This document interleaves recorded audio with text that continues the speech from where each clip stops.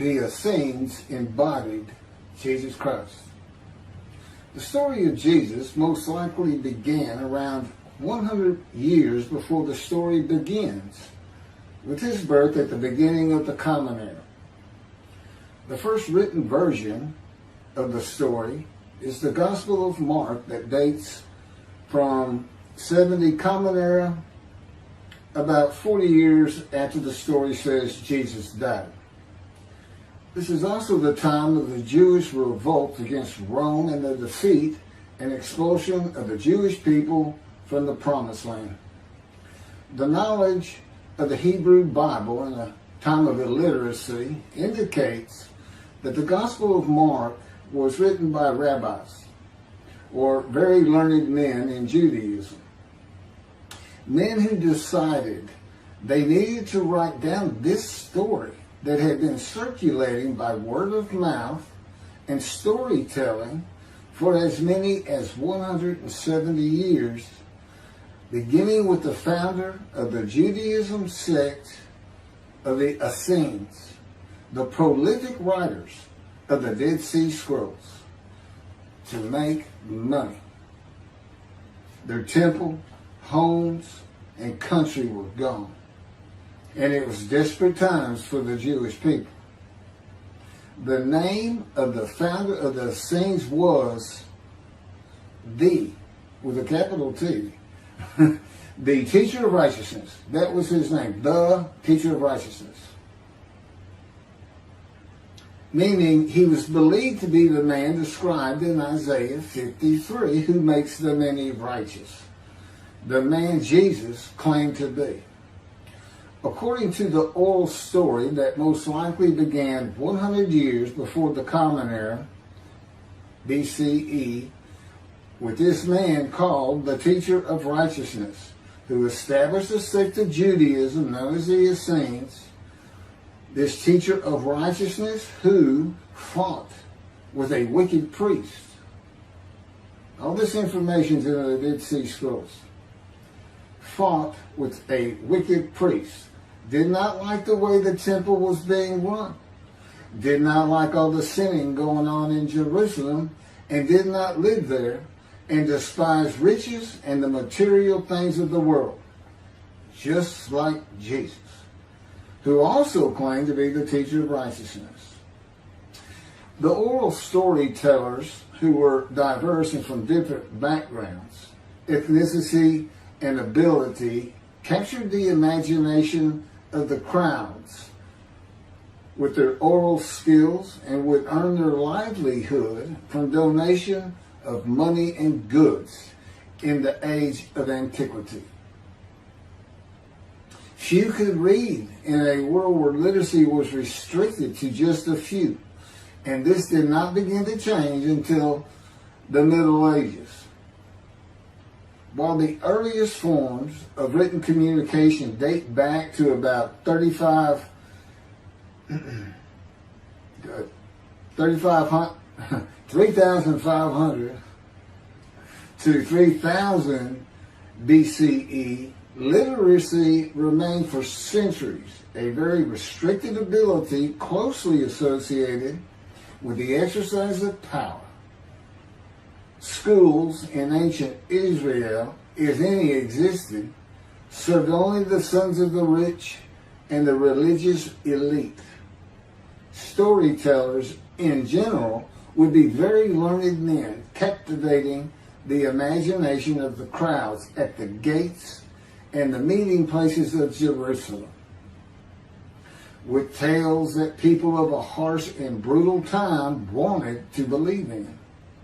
A time when medical treatment was primitive and life expectancy was 30 to 35 years, averaging those who died at birth to those who died with long life into their 70s and beyond.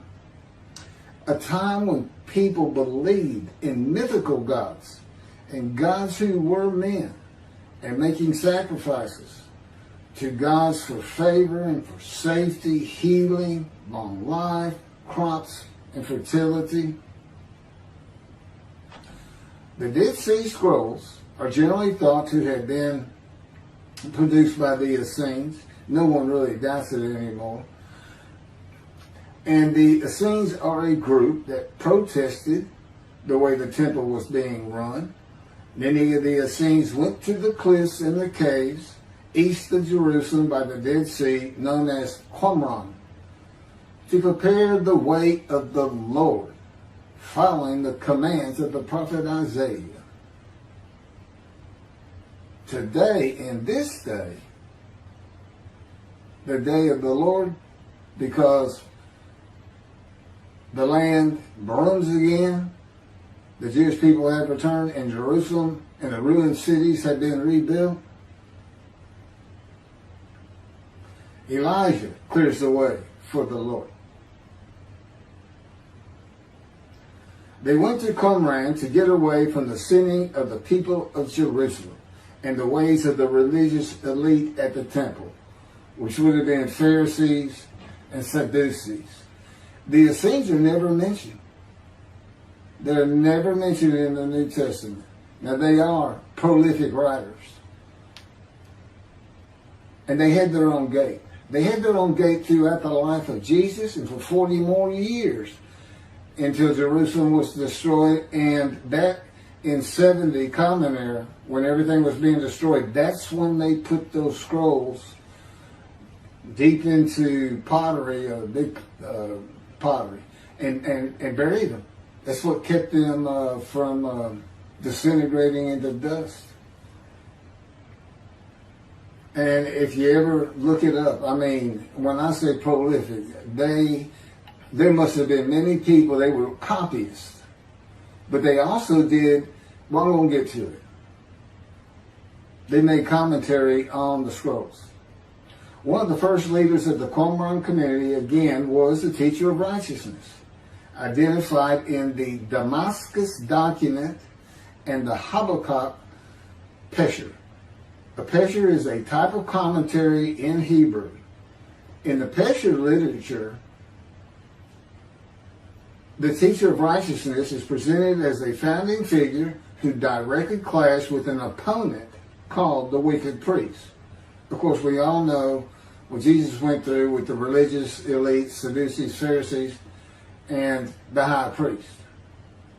This was the wicked priest in his day, 100 years before the birth of Jesus.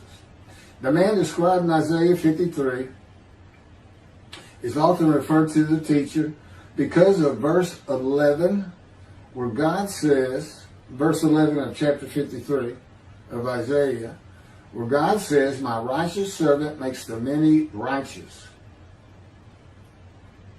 The teacher of righteousness and his followers left a library of information on his teachings, himself, and Scripture, and would seem to be the first of many men to claim or to be claimed by others that the man described in Isaiah 53. Jesus is not even the last. No, he's not. But, I mean, he's not even the last. The Hebrew noun pesher is found in the Hebrew of the Qumran scrolls in the sense of meaning, explanation, interpretation. It is similar to a midrash in the Talmud. Various biblical texts were deemed prophetic and were subjected to pesher interpretation even when appearing in non-prophetic literary context. The copy of the pesher of Isaiah dates to the beginning of the 1st century Common Era. The pesher of Habakkuk attributes this technique to the founder of the community, the teacher of righteousness. In other words, this pesher is written during Jesus' life. And they had their own gate, the gate of the Essenes.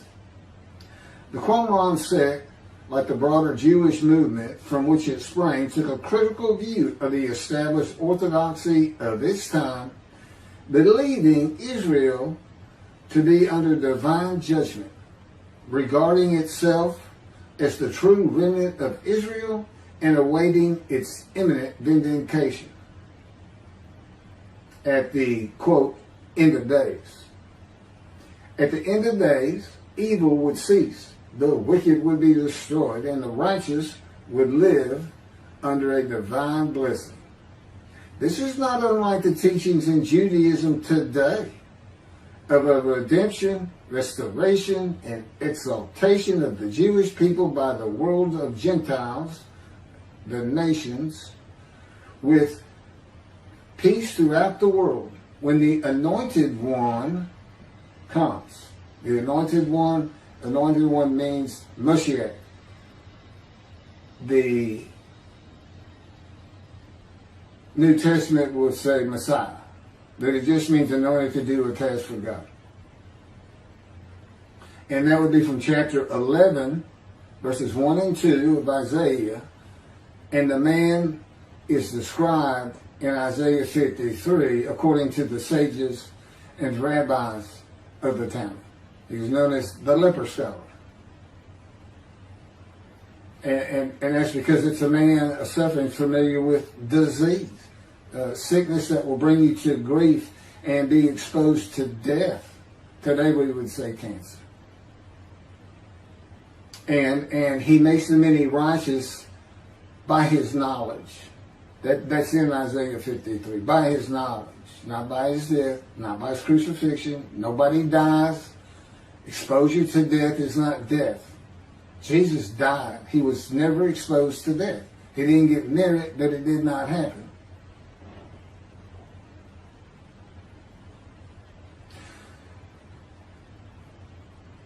This time that the Essenes were waiting upon, that they thought was imminent, did not happen for them. And it is this teaching that Jews for Judaism uses in the analysis that Isaiah 53 describes the Jewish people as God's righteous servant, as one man, Israel. The persecution of the Essenes and their leader, the teacher of righteousness, probably elicited the sect's apocalyptic visions. These included the overthrow of the wicked priests. Jesus pointed an accusing finger at the high priest and told him, "You shall see me return."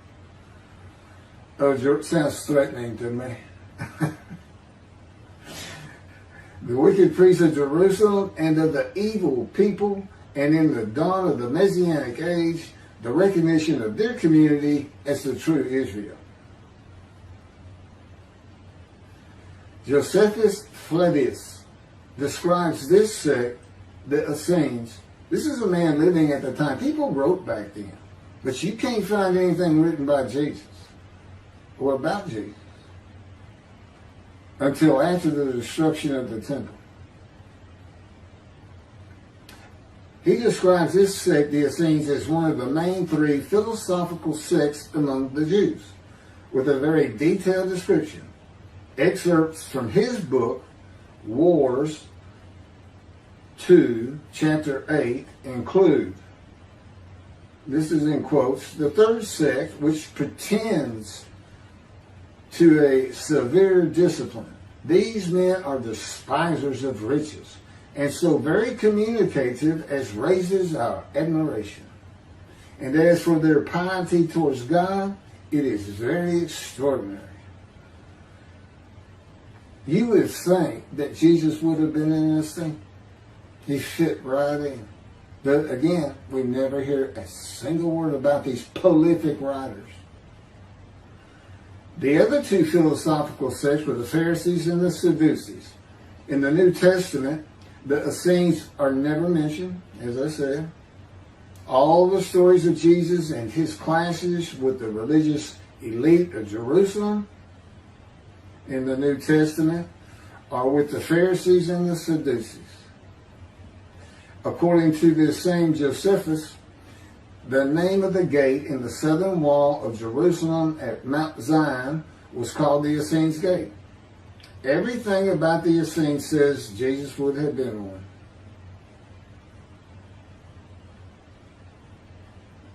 Peter and Paul, disciples later called apostles of Jesus, all said Jesus was the fulfillment of Isaiah 53. and the teacher of righteousness. All of Christianity does today. The Essenes, again, were writers and copyists and had their own gate in the southern wall of Jerusalem. Their founding leader claimed to be the righteous servant, so did Jesus. It is impossible to believe that the Essenes had not heard of Jesus. It is impossible to believe they would not have gone to Jesus to question him and verify the stories around him and his claim of being God's righteous servant and right about him. Because they believed that their founder was the Moshiach and that the end times were coming. Moshiach, anointed one, described in Isaiah 53. They're great followers of the things Isaiah had to say, and there's a picture written on it during the life of Jesus. It's impossible to believe it.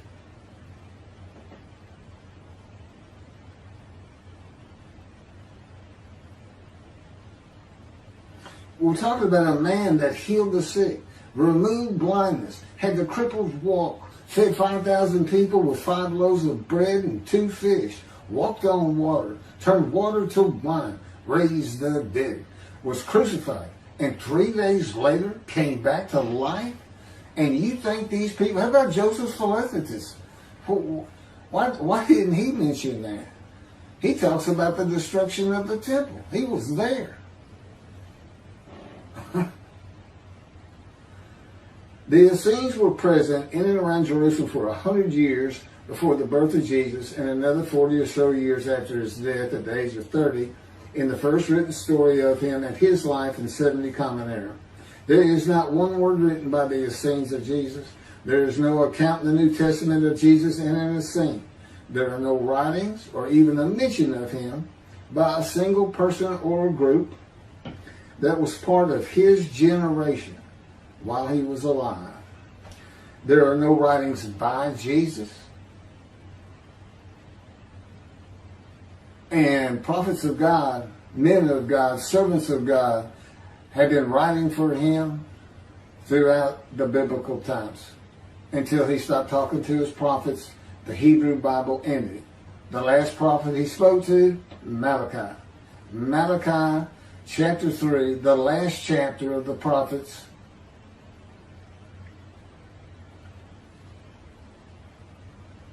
writes for God the prophetic announcement that he will return.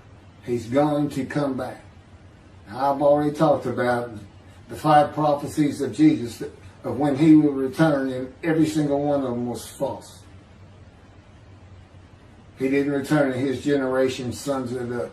Those who pierced him with the spear on the cross, he says in the Revelation on the first page, verse 7, those who pierced me with a spear shall see me return. I'm coming back quickly.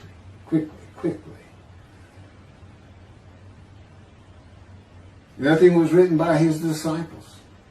There are no writings by Herod or Pilate or any Roman newspaper, poem, or book of this man who healed the multitudes, fed the poor, walked on water, raised the dead, turned water to wine, was crucified and rose from the dead to human life, and then rose to heaven.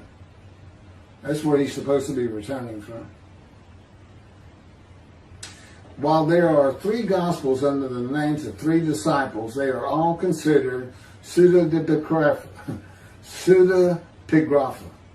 In Greek, that means falsely attributed. Writings which were attributed to authors who did not actually write them. And they were all written long after the death of Jesus, these Gospels, full of quotes and teachings from Jesus himself. Quoted parables, long speeches, Sermon on the Mount, long sermons that could not be accurate if passed by word of mouth. There is only one answer. The Essenes themselves, these writers and the storytellers of the day, had put this story together. And even though the writers of the gospel knew full well these rabbis are learned men of the Hebrew Bible, they knew it didn't really fit. But you know what else they knew? Nobody could verify it. Nobody could check them. Nobody could check them. Now, I just did a video on the deceptions. The deceptive, it covers just Matthew. And there's 3 different stories of him and deceits in every one of them that you can go look up now. You can verify these things that I'm saying. I'm quoting them. I give the chapters, the books they come from. You can see Jesus changed Zechariah, verses 9 and 10, the verses, from riding an ass into Jerusalem and being crucified, as Jesus said all the prophets said of him, to what the prophet actually said. You can go look at it. He said he's going to go and defeat Rome, defeat the enemy in Rome, which in Jesus' time, in Jerusalem,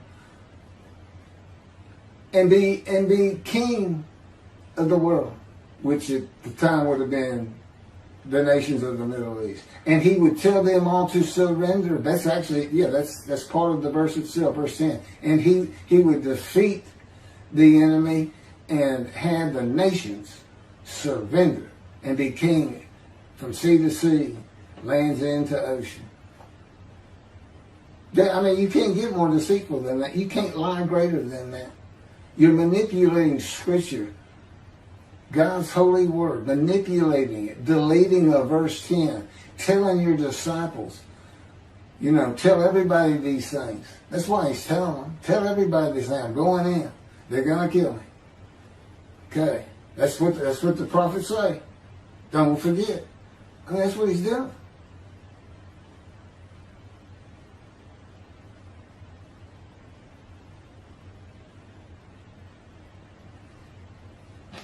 Jesus is a myth. Go look it up. Go look at what a myth is. Believe me, it covers the New Testament. It covers Jesus Christ.